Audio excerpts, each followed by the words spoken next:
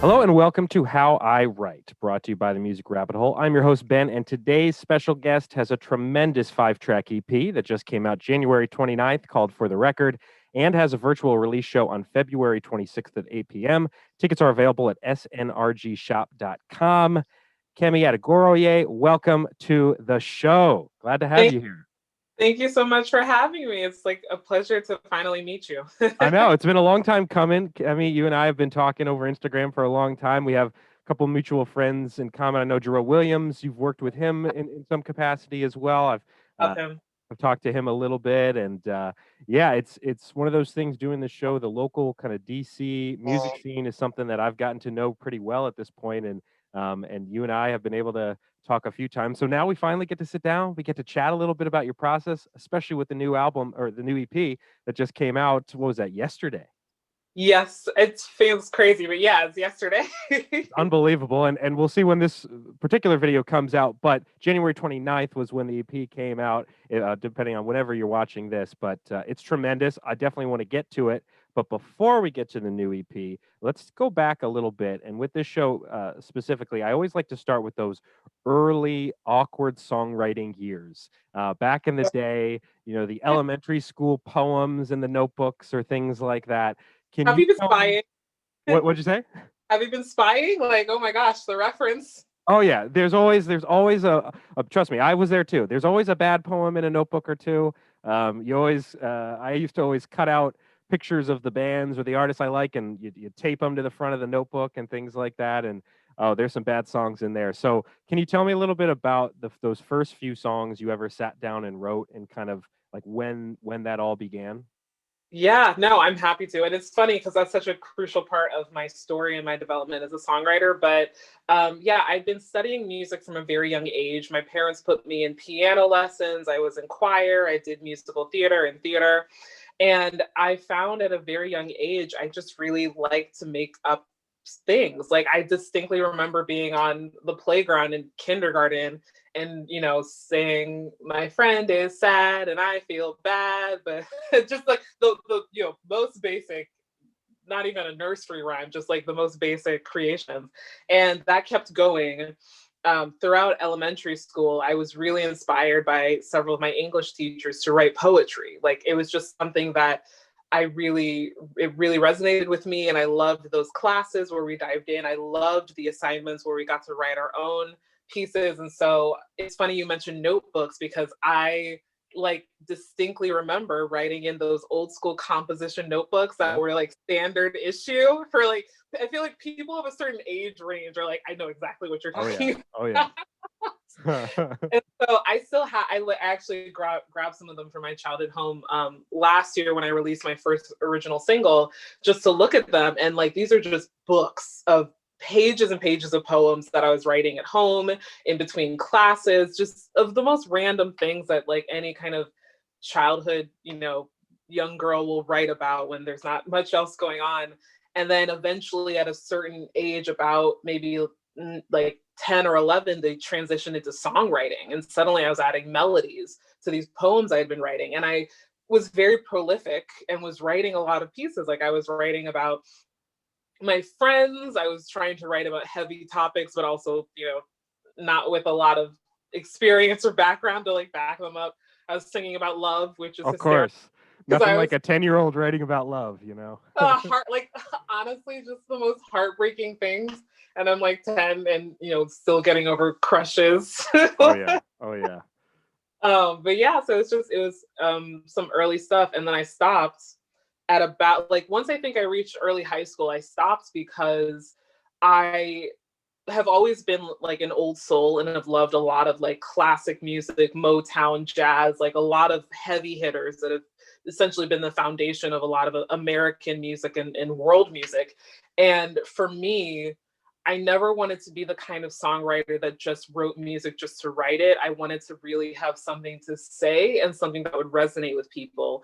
But all of my favorite songwriters and performers used to sing these really like tragic songs that were based on real world experiences. Like some of the people I respected so much, like Billie Holiday and you know um Ella Fitzgerald and just all of these greats in the world were people that had been through drug addiction and uh, really awful relationships and family issues and social issues and just a lot of stuff that I, as a young girl growing up in the suburbs with a whole and functioning family, just couldn't relate to directly.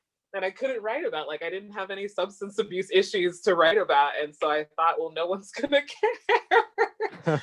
But I have to say, like, I'm just another, I figured I would be just another, like, Disney Channel kid coming out with a, pop album about crushes and things. So I just stopped writing and then did not really write a full song again until after college when I was inspired to write The Man Who Stole the Moon based off of an animated movie that I was watching with a friend. So yeah, it's been a long journey and confusing at times, but interesting. Was it tough, especially, musical influences like you talk about, some of the music that you were drawn to at an early age, where my assumption is that some of your friends probably weren't necessarily listening to the same. And I actually relate to you in that way as well, because I grew up on some old, 70s rock and roll and things like that, where everybody else was listening to NSYNC and things along those lines. Nothing wrong with NSYNC though. But was that something that you kind of struggled with at times, where did you have anybody else in besides like family and where you had kind of a similar music taste to them and you could and you had other people that you could talk to about that, or was it kind of a little bit of a situation where you felt a little bit alone as far as amongst your peers with your musical tastes? Yeah, no, I mean it's really interesting that you brought that up because I definitely had moments like that. Like I'm talking about being a 9-year-old, 10-year-old kid when everyone was obsessed with the Spice Girls and Britney Spears and Destiny's Child, who I appreciated, but um, my parents weren't actually even letting me listen to some of that music as early on as my friends. Like I remember getting a Destiny's Child CD and a Christina Aguilera CD for my 8th birthday. My parents took it away, and my 13th birthday, they re-gifted them to me as if they had bought them. At this point, they're 4 or 5 years old. I'm like, okay, sure. But yeah, it was really I definitely had very different musical tastes. My first concert that I ever went to was Aretha Franklin when I was 10 years old, and I That's a wept. good one. That's a good one to have as your first concert. Wow. I honestly, like, to this day, it's one of my like most favorite memories that I ever had. And it was amazing. And so yeah, I didn't have a ton of friends that were really into that music, but my family actually played a massive influence in that for me because it was my dad and my mom that introduced me to the soul music that I grew up with, to the jazz. There were radio stations in the DC metro area at the time that played smooth jazz and R&B throwbacks that I was obsessed with. And it was really fun to play with that. But I'm actually glad that I had such a diverse experience growing up in a music education because, while at home I might be listening to jazz and old school soul and Motown, my friends were listening to contemporary pop, and it was good to be introduced to that because I really love contemporary pop music and I listen to a lot of it. And that's definitely an element in my pieces. At the same time, I also was doing musical theater because that's been a lifelong love of mine. And musical theater itself has multiple different styles in it. So I was listening to that. I was listening to church music. I was listening to Nigerian music that my parents played at home. I was singing in church. In college, I joined the chapel choir and we sang like classical songs. I've listened to so many different types and sources throughout my life that have now influenced the music I'm creating. And so I'm actually really grateful for that because I know who I am and I can stay true to myself, but I also am able to pull elements from multiple different genres to create something, an amalgam that's kind of new and different. I'm glad you brought that up because that was actually one of the things I was going to bring up is the fact that when you listen to your music, it seems like, I mean, you can hear all these genre influences, especially on the EP, which we'll talk about in a bit. But there's gospel, there's jazz, there's soul music, there's definitely the theatrical element. And was there a specific choice in that you didn't gravitate towards one particular route? Like you didn't necessarily say, all right, I'm going to create just soul music or I'm going to create just jazz music. Was that a conscious decision of yours to be like, hey, this is just going to be whatever comes out, comes out. It's going to be a mixture of genres. It's going to be authentically me. Was that something that you kind of had a thought about, or did you ever consider just going down one of those routes? It wasn't a conscious decision in the sense that you described. I think the conscious decision was that I was going to be true to myself. And that's really how I finally found and embraced my identity as a songwriter. I think I finally decided, you know what, I'm going to figure out what Kemi wants to say and how she wants to say it. And I'm not going to worry about whether or not it's interesting enough or dramatic enough or whatever for other people. I'm going to write music that I would like to listen to. And if other people like it too, awesome. But like, I don't want to create something that I wouldn't listen to myself. And then once making that decision, that was, the foundation of all the other decisions I made. And so it wasn't a conscious decision to do multiple genres. It was just me listening to all the different sources of music I listened to and saying, like, hey, I really like this. I'd like to play with this for my own stuff. And so, you know, whether you're listening to the beginning of one of my songs that sounds really dramatic, it's me gravitating towards, like, I really love those dramatic, monologues, soliloquies, and musicals where they're just kind of going into it and just, that style of performing. And then there are also certain instrumentations that I loved. And I think this is really important for songwriters, like, figure out why you love the music that you love. I was lucky enough to have friends in school over the last several years where we really bonded over music and would send songs back and forth to each other and then try and explain to each other why we liked certain songs. And so for me, I learned over time, like, I love horns, I love bass, I love, I'm such a sucker for ballads. Like, I love ballads and really great harmonies, and you can find all those things in different styles of music. But I decided I love this ingredient, I love this one and this one, put them all together. The overall product and how I've been describing the EP is that it is a soul record, because that's like the through line through all the songs and the pieces. But once again, everyone's like, people think one song sounds like country, one song sounds like jazz, R&B, musical theater, like, it's all over the place. And I love that because it stays true to the original decision to be authentic to who I am as a person and a songwriter. So does that kind of play into, from a marketing and business perspective, when, as I'm sure you know, sometimes it's tough to, when you're marketing yourself, to try to figure out, okay, well, what box do I fit in? Right? Like, where am I? And I'm sure that's something you've probably struggled with as far as figuring out, because you have all these different influences. Can you talk a little bit about that, as far as how have you been able to find kind of that marketing and business angle, as far as where you fit in the puzzle with all these different pieces that you have as far as these influences? Yeah, well, so I think it always stems back to making the decision to be true to myself. And I keep reiterating that, because if you don't make that decision early on, you will be pushed and pulled into so many different directions that it's very easy to lose that. And I never want to lose that, because the minute I'm not being myself, then there's no point in doing any of this. And so, being true to myself, I have diverse interests. I do a million different things. Like, from a business perspective, I run an art startup with a friend that provides information for artists. I'm have training in history and law and business and finance. I am a musical theater actress and performer. I write, I sing, like, I do a billion other things. And I think early on I decided, you know what, well, that'll be my identity. Someone who is multi-hyphenate. That's how I refer to myself. I'm a multi-hyphenate professional at every single level. And so when it comes to a business and marketing perspective for specific projects, I look at the project and the circumstances and I decide, well, for this project, it fits in this box. So that's how I'm going to market it. And so this EP is a soul record and I'm proud of it and it's authentic to who I am. The next EP might be a gospel record because, my faith is so valuable to me.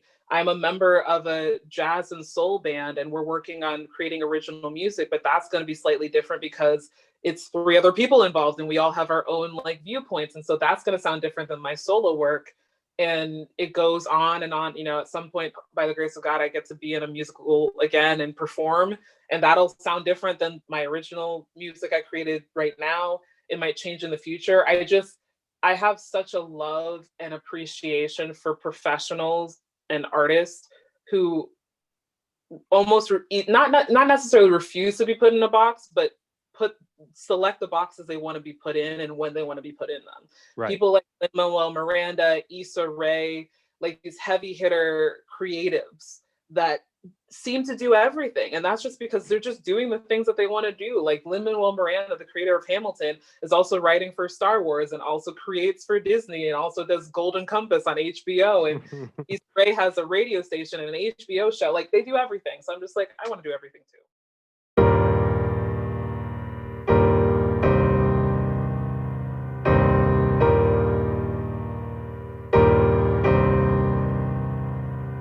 In the silence of your love, there's an absence of pain. In the warmth of your touch, I don't worry about anything.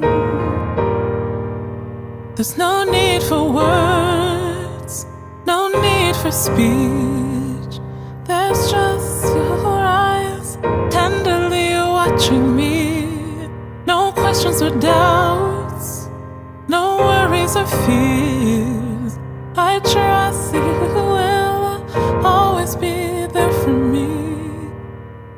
There's all these things and more in the silence of your love,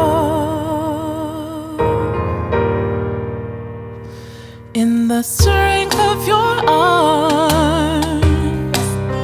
I believe we can fly. If we left, we would soar. There's not a doubt in my mind. There's no road too rough, no mountain too steep. When you're by my side, standing so close to me, the darkest path through valleys unknown can't scare me away. Now that I'm not alone, I've learned all these things and more in the silence of your love. Like at your core, authenticity is something that is really valuable, and I think, and that's always something that I think people can appreciate about an artist is when they feel like somebody is being authentically themselves. That's what resonates with an audience, I think, and that's definitely something I see with you and your music for sure. So let's take it back a little bit. Where you talked about that period of time where you kind of you stepped back from writing. You didn't necessarily feel like you were you had the life experiences that were going to get across the tone of music that you were trying to create and things like that. During that period, was there anything creatively? Was it one of those situations where you're like, man, I have songs inside me and I just don't want to put them down on paper right now? Like, I just talk a little bit through that as far as like what was going on. Were you still creating more music actually instrumentally or things like that? Like, what was that period like? Yeah, it's so funny because I haven't spent a ton of time thinking about that in between period. But I was still very much being creative. Like we're talking about from the beginning of high school to the very end of college. And so I was still performing in musicals. I was still performing in my school. I would maybe like look back on the old songs I wrote and play around with them and, you know, maybe even take my hand at arranging them. But I didn't go that far with them and I wasn't writing anything new. I was singing in choir in college, still doing shows. And every once in a while, I might do something that was creative and original. Like I remember, you know, studying for a history final once, and I wrote like a mini rap to remember like some dates. It wasn't good. Like, Did it work? You know, Did it work though? Worked great. That's all you need. Glory, but you know, I definitely wasn't gonna hit like Showtime at the Apollo or the Grammys with that anytime soon. But it was just moments like that where you know you almost get like a semblance of it, but it hasn't hit. It's like when a thunderstorm is coming, you like smell the rain, but you like haven't felt it hasn't actually started falling. Sure. And then what's funny is I wrote The Man Who Stole the Moon, which was my first original single I came out with last year, December 2013. And it was a fluke I was watching the movie Despicable Me with Steve Carell. It's an animated movie that came out in 2010, and I was watching it for the first time with one of my like close friends. And they said a line in the movie. I was inspired. I wrote, and then that was it. Like I didn't actually really write. Like it was like a one-off, like the scout or something of the songs to like see what was up. And then 2 more years went by, and Adele was coming out with her album 25. Mm-hmm. And I've loved Adele for years. She is a phenomenal performer, songwriter, creative.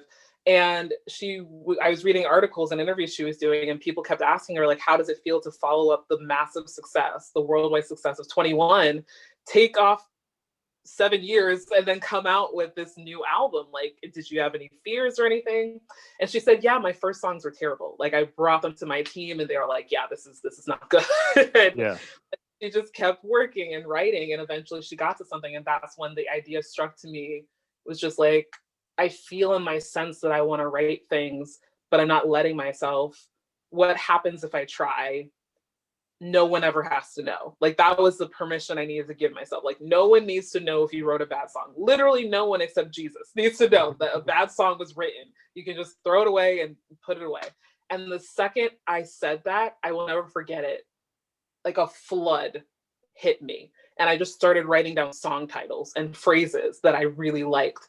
And it wasn't planned. It just like took over. And it was like I had been holding up this barrier for almost a decade. And the minute I finally gave myself permission was when, the floodgates opened and it all came out. Yeah, I read in one interview, I think you said 300 songs or something like that. It's almost like 300 song ideas. Right. I gotcha. Once those floodgates opened, and with the creative process is obviously different for everybody. Everybody kind of has their own, and so let's get into your specific songwriting mechanics. Let's talk a little bit about your process. Hence the name of the show, How I Write. So where do your ideas tend to come from? Do you physically write down the lyrics? Do you type them? Do you sing them first and then put them down to paper? Let's walk me through a little bit of your songwriting process. And I'm sure it's not necessarily cookie cutter, the exact same for every song, but generally, how do you create as far as your songwriting? Yeah, no, it's been an interesting process figuring that out because, to your point, it isn't cookie cutter and it can evolve over time. But I've learned that for me, in the grand question that people always ask, what comes first, music or lyrics?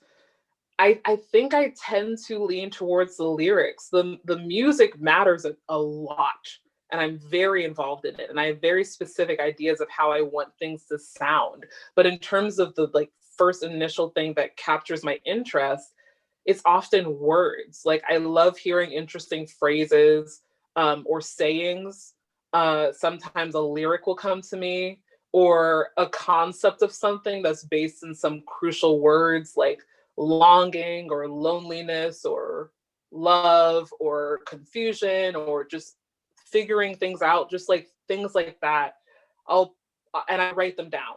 That's a really crucial part of my songwriting. I keep a record of everything. That's part of the reason why the EP is called For the Record, because I'm such an aggressive record keeper. And I'll write down every last idea I have, because I just never know what's gonna be the thing. Like for a lot of these songs on the EP, that first night in November 2015, when the floodgates opened and I started writing down song titles, I wrote down the titles of these songs, and I was just like, I like the phrase drinking poison, or I like the phrase whatever. Let me just put it down. And then years later, I would have an experience and I'm like, oh my God, I need to write about this. And I would go through the song title list and I'm like, oh, that's perfect. That's it. That's what I'm trying to say. And so it can be very piecemeal. Sometimes it's like a whole song, like The Man Who Stole the Moon. I think I wrote 75% of that in an afternoon, like it's the day it happened. Right. And then others over 5 years, just like a chorus here, a bridge there, a note here. But yeah, it's just a lot of it has to do with words. And then the melody definitely, once I start writing down the things, I say, well, how do I want this to sound? Do I want it to be a ballad? Is it upbeat? Does it have a genre feel? What am I trying to say? I'll definitely list the instruments that I hear, because I will hear the song in my head. And so I'll be like, yeah, I hear this with organ or like multiple horns, or this definitely has background singers. And it'll evolve over time, but I start just collecting those pieces and pulling it all together until I have either the bulk of a song or most of the song. But there's like records of every part of that. There are voice memos. I'm a huge fan. Microsoft OneNote, if you want to give me a sponsorship deal, I am. You hear that, Microsoft OneNote? I'm sure they're watching this show. I'm sure they are. So ready. Like, I've been ready for years because I literally keep everything in Microsoft OneNote. You can keep audio notes. You can write down things. Sometimes I'll see an image and be like, oh, this is how I feel. I'll copy it in there. Like, it's amazing. And it's so great. That's why there are like over 300 song ideas / songs. They're not all good. There's a reason this EP is just 5 songs right now. But like, it's just to keep a record of things, because I don't know what's going to happen in 2024 that will like inspire me to write something and will be connected to something I wrote in 2017. I'm always interested in what I call the lost songs, the songs that you write down, and any artist I talk to, they always have a collection of, and for some artists, sometimes it's songs that you really actually like a lot, and they just don't necessarily find a place in either the current project you're working on, or you just forget about it, or things like that. Do you think that you have a collection of kind of lost songs that maybe you don't necessarily see ever getting made, but that still mean a lot to you? I mean, look, I have a lot. There are some in there that if I think about it, some in there are definitely repetitive. Like, you know, if you're going through an experience and you keep writing from that experience, that at a certain point you're just copying over right. your feelings and sentiments. So I definitely think there are probably some songs in there that are repetitive, or some songs that convey the message better than others.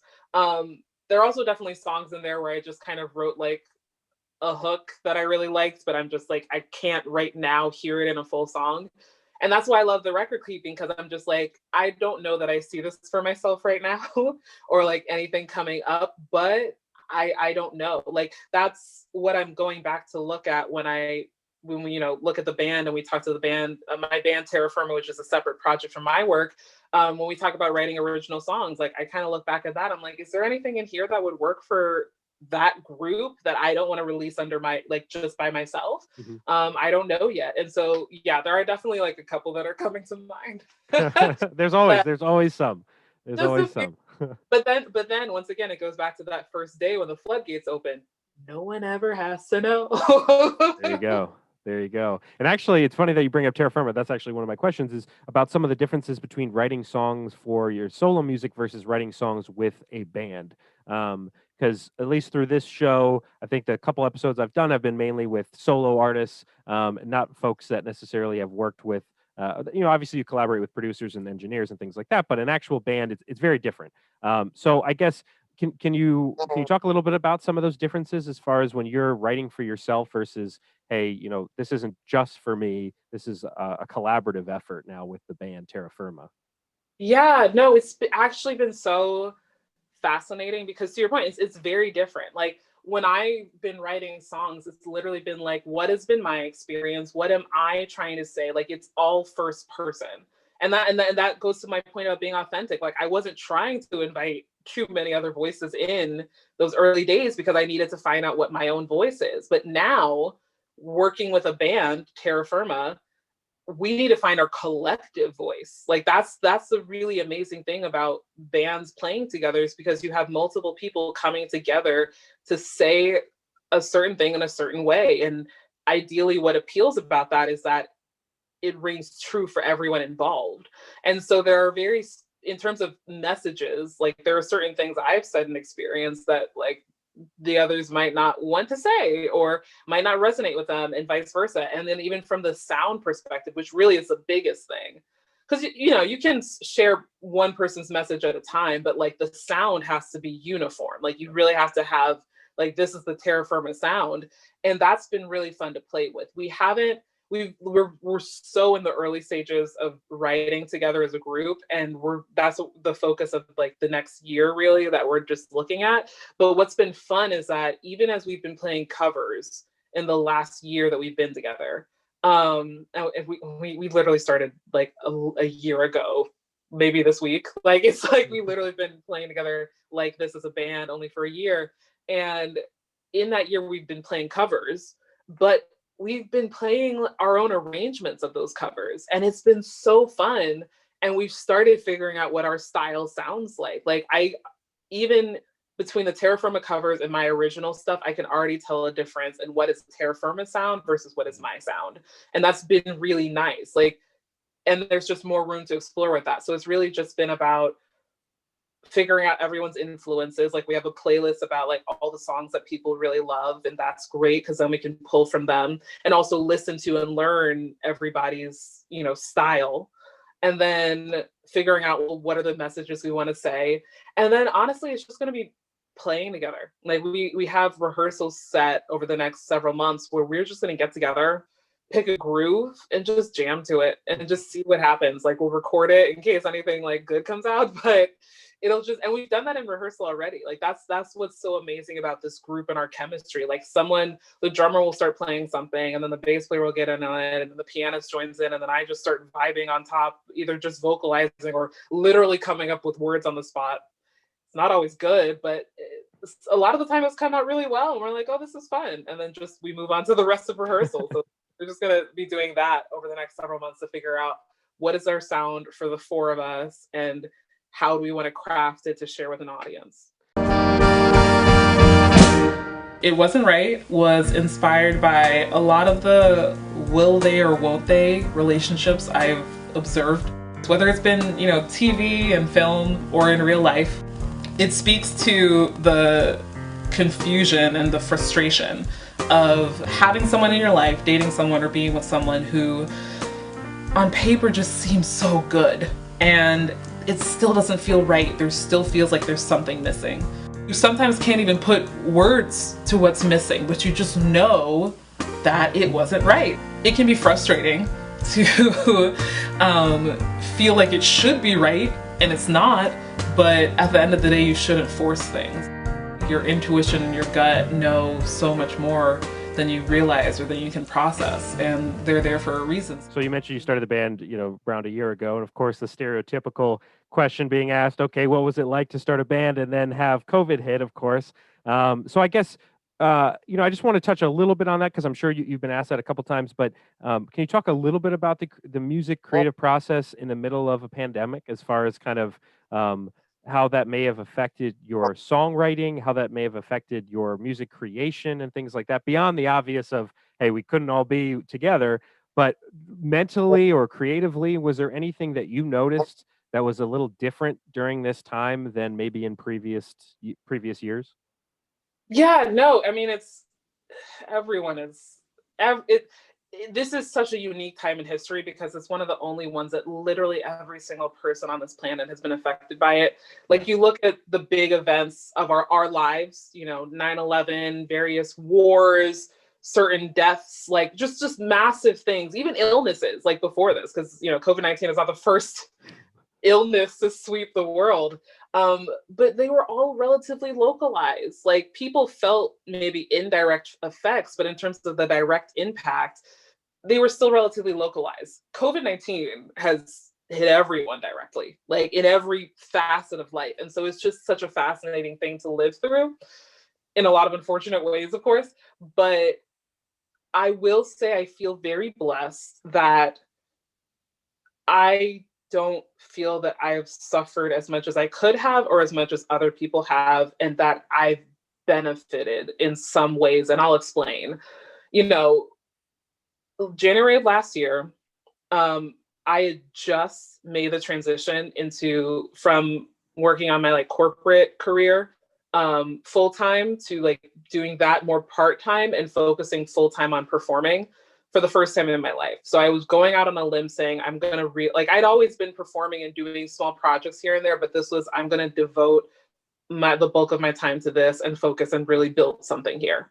And I got to play this amazing gig at Union Stage here in DC, which is a huge gig. I was opening for a local act called SNRG. They're amazing. They're like some of my closest friends in the industry. And they had their album release show there in front of over 400 people, which is laughable to think about now, having over 400 people in any space. But they had over 400 people in this venue, like a bunch of other musicians. I was one of the opening acts, and I played this gig, and it was amazing. And I had all these other gigs lined up. That's when Terra Firma, we decided, like, that was our first gig we played together live, and we decided, like, hey, we're gonna make a band.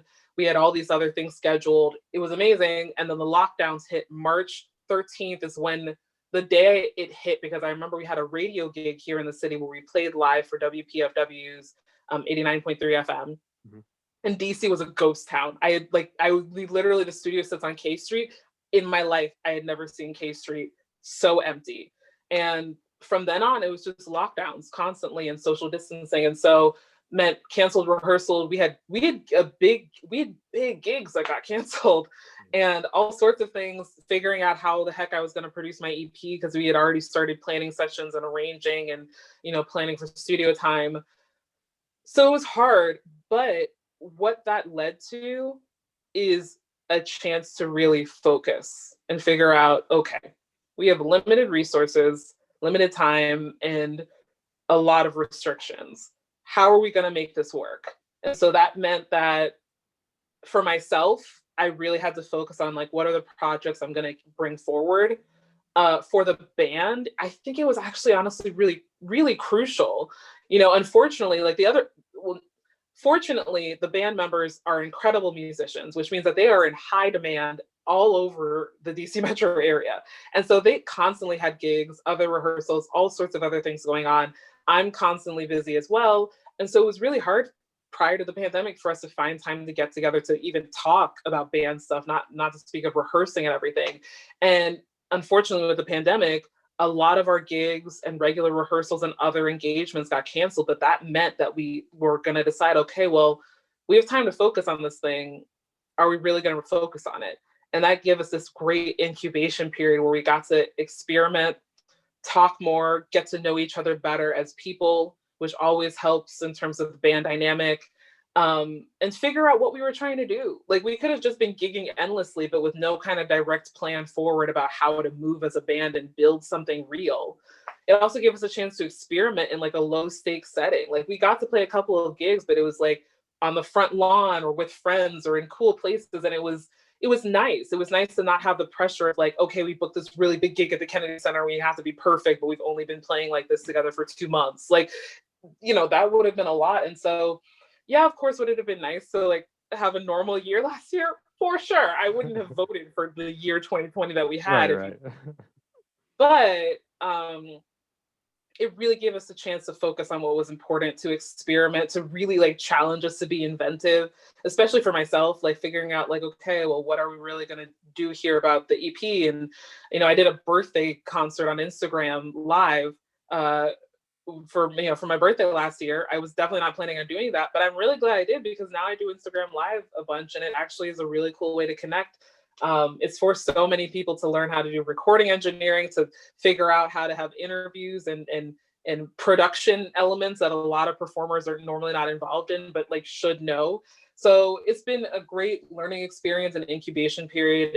And as I've said before many times, necessity is the mother of invention. And we were faced with a lot of necessities last year, unfortunately, but that's led to some really, really cool things that I've been blessed to be a part of. So I'm thankful for that. I'm also really, like, praying to get in person and play games. Right. No, of course. And I think it is one of those really interesting things that the artistic community really, just the creativity that was created during this period of isolation and things like that has been pretty fascinating to watch. I feel like everybody knows more about video conferencing now than they probably ever expected to in their entire lives. I mean, heck, I didn't know what Zoom was before this all started, and now here we are, you and I talking on Zoom, and I've done some interviews on Zoom, and it is so interesting to also, and I think one more thing before we move on from this topic is that I think it seems, at least in my opinion, I think people have been able to see that they can do a lot of creative things themselves. I think that they have the ability, just being at home with maybe a microphone and a camera and a light and things like that. And I think, do you agree in that? It seems like people have kind of saw that they're not as limited as they may have thought previously.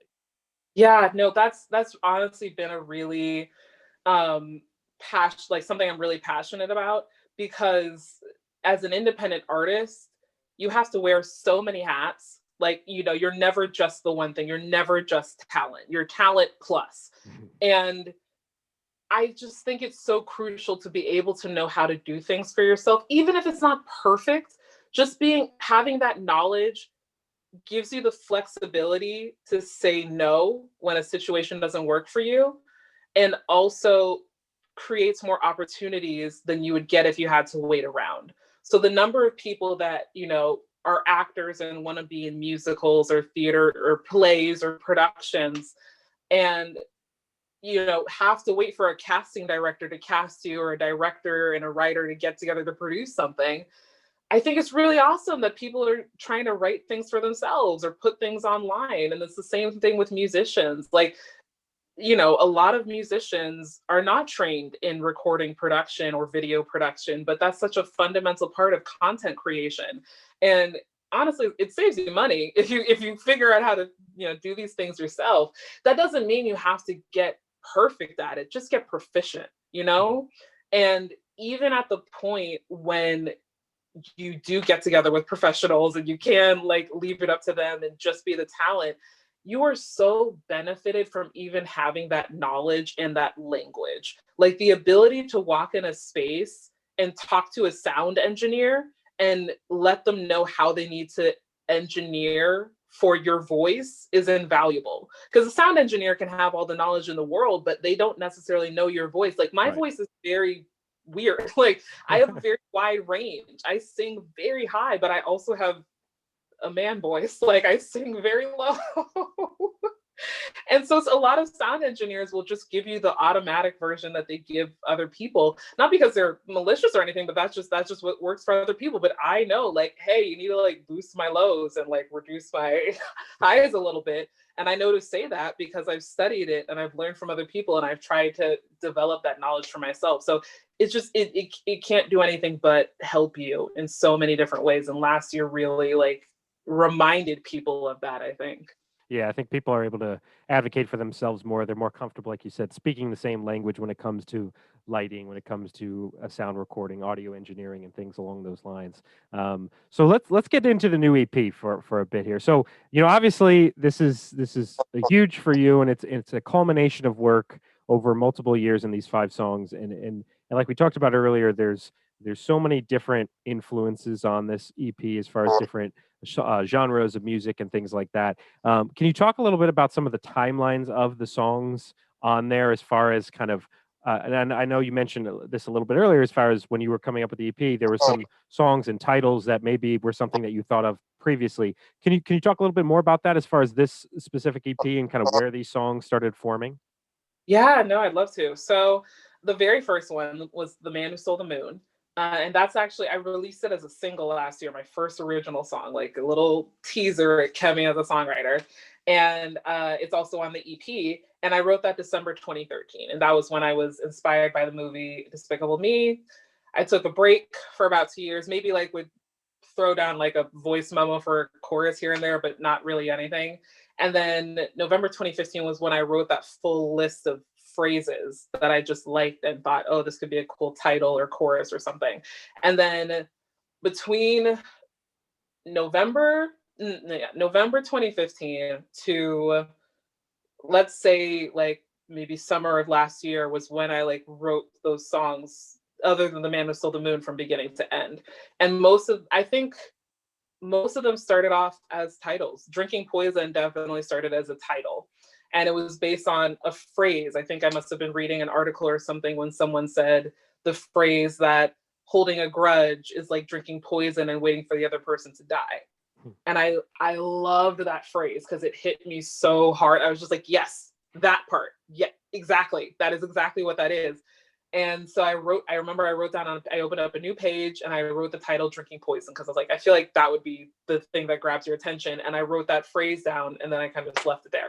Then a couple weeks later, I was inspired to write a hook for it after like getting into a little bit of a discussion with a friend that I was a little bit upset with. We're still By the way, friends. that's my favorite song on the album. I will say that's Is it really? yeah. I think that one is incredible. So yeah, that's funny that you say that. Oh my god, I love that. Yeah, no, I can go into that a little bit more later. But yeah, so that was like Drinking Poison, In the Silence of Your Love, and It Wasn't Right. I believe those were both in about 2016, and both started off either as a title. It was like title slash concept. It was just like, I feel like I want to write, In the Silence of Your Love, I want to write a love song to the people that matter the most to me, and I like this title. So I wrote that note down, and then, would think a little bit more about that concept over time. And well, what does the most important love in my life look like for me? Like, what does it do? How does it make me feel? What is it? Who is it for? It Wasn't Right is funny because I was inspired to write that in like maybe 2016. And I was actually inspired by like some TV shows I was watching. Like, I think I had just started watching like Downton Abbey, and I was watching Jane the Virgin. Right. There were all these will they or won't they couples in there. And they were these couples that just kept coming back to each other. Like, they would try other relationships or say, no, we're not going to be together. But inevitably, like boomerangs, they just kept coming back to each other. So I really liked that idea of, singing about being in what seems like the perfect relationship on paper and should be good enough, but it doesn't feel right because you keep thinking about this other person you come back to. So I inspired to write this idea in about 2016. Then in about like 2018, I was over the course of several months, I kept finding myself in these situations where I was talking to these people from a romantic perspective, and I was like living out It Wasn't Right, which hadn't been based on my own experience, but I finally was like, oh no, this is the real life version where, I was talking to these people who were lovely. Like, they were lovely, lovely guys, and on paper they seemed perfect, but it just didn't feel okay. It didn't feel like it was the right thing. Mm-hmm. And it just was so funny to me. It was just that, like, I didn't write the song with that intention, but apparently I need to live. It's a self-fulfilling prophecy, right? Yeah. Yeah. Unfortunately, yeah. So it was just funny to frame it like that. We're just like, oh, this is the real life version. So yeah. And then Rocksteady, I think Rocksteady was about the same time, but Rocksteady took a while to write because I just had the hook for that. I just kept sitting on that hook for so long. Like, it was such a vibe that I really wanted to play with, but it's one of those songs where it didn't follow the traditional format. Like, there's no real chorus. It's just this hook. And so I was just like, I have no idea what to do with the verses for the longest time. And so it really wasn't until I decided I was going to put the EP together. And I started seriously thinking about it in 2018. And then like late 2018, early 2019. And so I was like, well, I really like Rocksteady and I'd like to put it on there, but I need to finish writing it. It might have even been, I think it might have been the last song that I wrote, like finished. I remember I messaged my producer because I was like, I finished the song. But that was probably the hardest to write because I wrote so many different iterations of the verses, but I just didn't like the sound. I didn't like the lyrics I was writing initially, and then I just didn't like the sound because it felt like it didn't fit. Like, I had written the hook for it years beforehand, and the verses that I was writing years later just weren't working together. So when I found the verses, I was so ecstatic because I was like, yes, this is it. This is the whole sound. This fits. This works. So yeah, it was a very convoluted process. And all over the place. I wrote it in different countries because at one point I was studying abroad for a year, and like I think I literally wrote 3 of the songs while I was studying abroad during that year. So it was a lot. The man who stole the moon,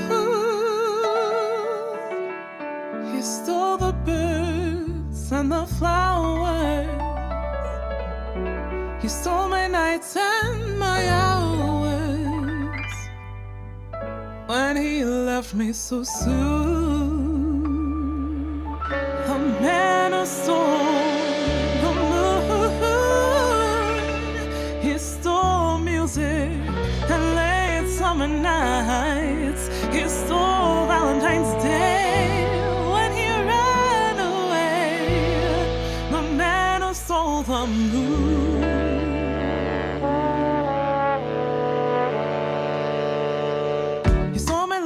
My kisses too. Cupid shot me right out of the blue. How could I know when we first met we'd have a love affair I wouldn't forget? We were together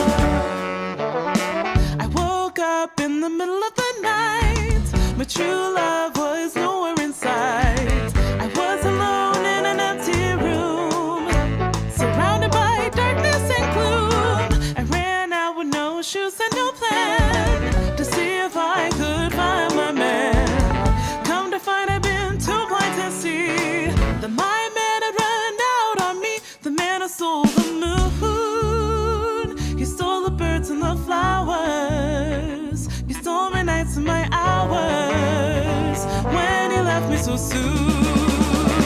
The man who stole the moon, he stole music in late summer nights, he stole Valentine's Day when he ran away. The man who stole the moon.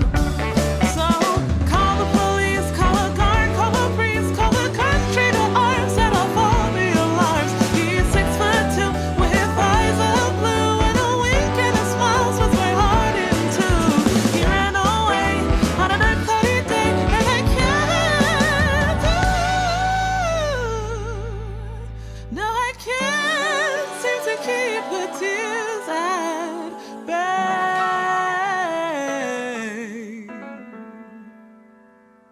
The man who stole the moon, he stole the birds and the flowers, he stole my nights and my hours when he left me so soon.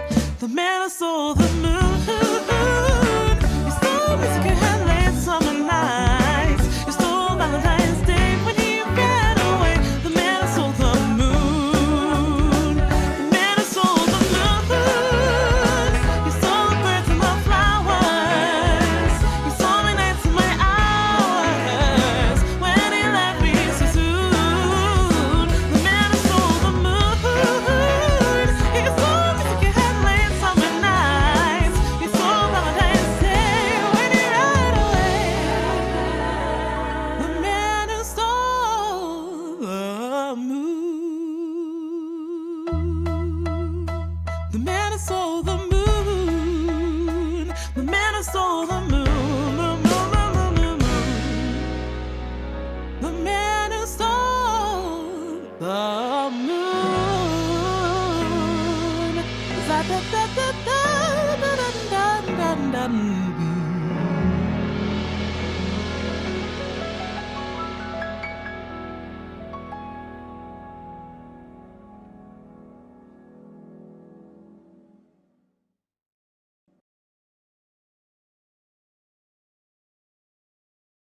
I'm always curious about order and song choice as far as in the order for an album or for an EP and things like that. Because obviously, in today's music listening world, it's so interesting that with Spotify or SoundCloud or Apple Music, you can bounce around so easily. It's not like you slide a CD in there or put a record on and you have to, when you throw a record on, I mean, you're listening to every song on that record. You're not going to pick up the needle and mess around with it. You're going to listen to the whole thing. But now in today's world, you don't have to necessarily sit down and stream a whole album front to back. But even with that, there still has to be some sort of artistic choice when it comes to order of an album. So can you talk about that as far as kind of how you decided on the order for these 5? Yeah, no, I was very, very specific with putting the order together.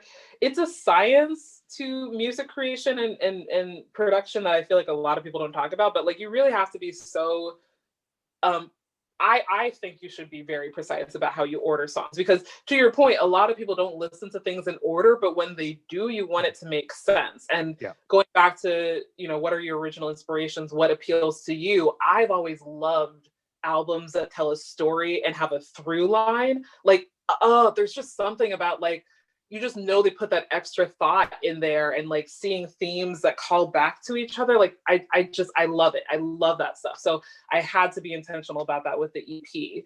And when it came to the song order, even selecting the songs that would be on the EP, I looked at my song list, my almost 300 songs, and I looked at the songs that were either done or almost done.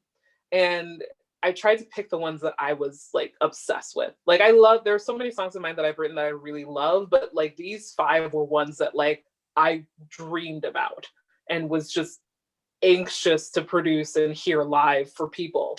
So that was how I picked it. I picked 5 because, I'm famous for picking way too many songs for a set list or a compilation because I want to do them all. And they're like, we have 3 hours. We can't do like 100 songs. But I picked those 5. And once I picked those 5, I tried to figure out what the theme was. And it was interesting because you had these 3 songs where you're like, all of the songs are talking about some form of love, not just romantic, but heavily so. Yeah.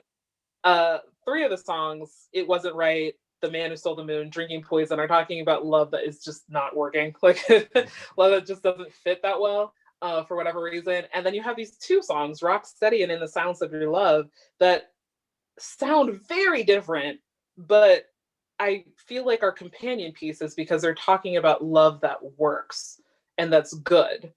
And so I like the idea of using Rock Steady and In the Silence of Your Love to bookmark the EP as bookends. Sorry, excuse me, bookends. Yeah. You start off with Rock Steady, because the sound like wakes you up. Like we're talking about literally like, this is my first EP of original music. This is people's introduction to Kemi in the compilation of an EP. How do I want to introduce myself? And I just wanted to be like, hey, I'm here. Like, this is it. Like strap in. This is going to be an experience. And Rock Steady really does that so effectively. So I start with Rock Steady. And then I love the idea of ending within the silence of your love, because Rock Steady, in terms of the substance, is telling the listener, this is the love that I demand and I won't accept anything less. Like, this is the love that I seek in my life. It is love that is supportive, that I can rely on, that makes me feel good, that is trustworthy. Like, this is it. This is the love I demand, and this is the love that I will give. In the silence of your love acknowledges the love that you have that mirrors the love you're asking for in Rock Steady, Be My Rock. Yeah. And I just loved having those as, once again, they're like 2 sides of the same coin and they're bookends. And I like the idea of leaving the audience with, after the turmoil of trying to figure things out and finding stuff, like, this is what it feels like to have it. And it feels so good. And then the 3 middle songs are like, well, then what happens when it's not good? Like, what happens when you figure it out? Like, what happens when it's not the right thing? What happens when you have to, when it's not working and you're upset about it? And then what happens when you decide to finally let go? And I love that Drinking Poison is right before In the Silence of Your Love, because Drinking Poison is saying, I need to let go of this anger, this grudges, or these past hurts that I have, so that I can move on. And then In the Silence of Your Love shows that I've moved on. So it was incredibly intentional putting them all together. No, it makes a lot of sense, and it flows nicely, especially when you listen through. I've listened through a couple times, and I think it does. Like you said, the themes that you mentioned do stick out to you as a listener, and were some of the things I noticed as well. Before we wrap up here, let's talk 2021. So, obviously, brand new year, a year of hope, and everybody is so excited that this is the year to get things done. You obviously have the virtual EP release show coming up in February on the 26th, 8 p.m. snrgshop.com, best place to buy tickets for that. So you've got that. That's obviously a big event coming up. Any other things in the works that you are that you'd like to talk about? Yeah, no, I mean, it's so funny because I feel like people have talked about going into 2020 versus how they went into 2020 or 2021. Like going into 2020, everyone was like, the year of perfect vision, 2020, everything will be amazing. And then 2020 happened. And so I feel like people went into 2021 a lot more cautious. Like, they're like, look, let's just step quietly, not make any sudden moves. Let's just see what happens first. So I definitely feel like in some ways I've embodied that, because like my motto personally in my life this year has been like, we're not overcomplicating things. Like I'm really trying to keep things simple, because I feel like over the last few years there's been a lot happening. But also I was really blessed last year. In the spite of everything that happened, a lot of my 2020 resolutions came true, and they were big ones. Like, they were like, play in legit venues, put a band together, release my EP, or like, progress to releasing it. And those things all happened. And so I'm kind of like, you know what, let's keep this going. Let's see what happens. 2020, let's do it. So yeah, it's just, I think it's a year of establishing myself, like promoting this EP and using it as my calling card, introducing myself to people and letting people know, like, hey, I'm here, and this is me, and this is what I'm trying to say. For my solo stuff, for Terra Firma, the band, we're in infancy and still just working together. And so I think it's really about establishing our identity and, begin to introduce ourselves to people, but really just like be in this incubation period and figure out like who are we as Terraform the band and what are we trying to do? I mean, we have grand plans to go on tour someday. It'll happen. Thank you. When Outside is open again, we have plans to like go on tour, not just nationally, but internationally, because I have contacts and friends all over the world. And so we dream about going on tour in New Zealand and in France and the UK and Nigeria, where my family's from, like just all these amazing places. So that might be 2022, but we have a lot of big plans. And we're just really excited. Like, I think it's just going to be a lot of like settling in and establishing and working on new projects. Like it's a constant joke that people will be like, how's your project going? And it's like, well, which one? Which one are we talking about? So I'll constantly have things in the works, but it'll be a lot of originals, a lot of covers, shows. My business organization, Alveo Creative, we're working on some really exciting projects behind the scenes that fulfill our mission of supporting independent artists and providing them with concrete, actionable resources that actively help them in the pursuit of their passion projects, and not just the, believe in yourself kind of platitudes that like people will share. So we have a lot of really big projects with that. And where can people get more information on that? Yeah, you can follow us or you can visit our website at alveocreative.co. That's ALVEO creative.co. And we'll put the link in the description as well of the video. Perfect. Yeah, and then you can also follow us on Instagram and Facebook at Alveo Creative. And yeah, we're constantly posting original content. Artists can get in touch with us to share their stories or their information, but we are really excited. And then just further embedding myself in the DC music scene. Like, it's been such a blessing to meet as many people as I have, even in the midst of a pandemic. Like, there have been so many amazing people in the area, from other musicians, producers, recording engineers, studios, venue owners. The DC is legit, and people really need to like learn. Like, we are as big as Nashville and as LA and New York and Atlanta. Like, we are a hotspot and a hub. And like, whatever I can do to let people know that the DC metro area is where it's at, I'm happy to do, because it's been so good to me and I'm so happy to be a part of it. Well, one of DC's finest on the show here. Kemi, we appreciate you coming on this episode. Again, you can go stream and buy her EP For the Record on all sorts of streaming platforms, and purchase tickets for her virtual EP release show on February 26th at 8 p.m. on snrgshop.com. We'll put the link in the description as well. Follow her on Facebook and on Instagram. Kemi, it has been a pleasure. I'm so glad we got a chance to finally connect here in these crazy times. And you know what? I can't wait to go see a show in person for you at some point here in 2021. I cannot wait. Thank you so much. It's been a pleasure.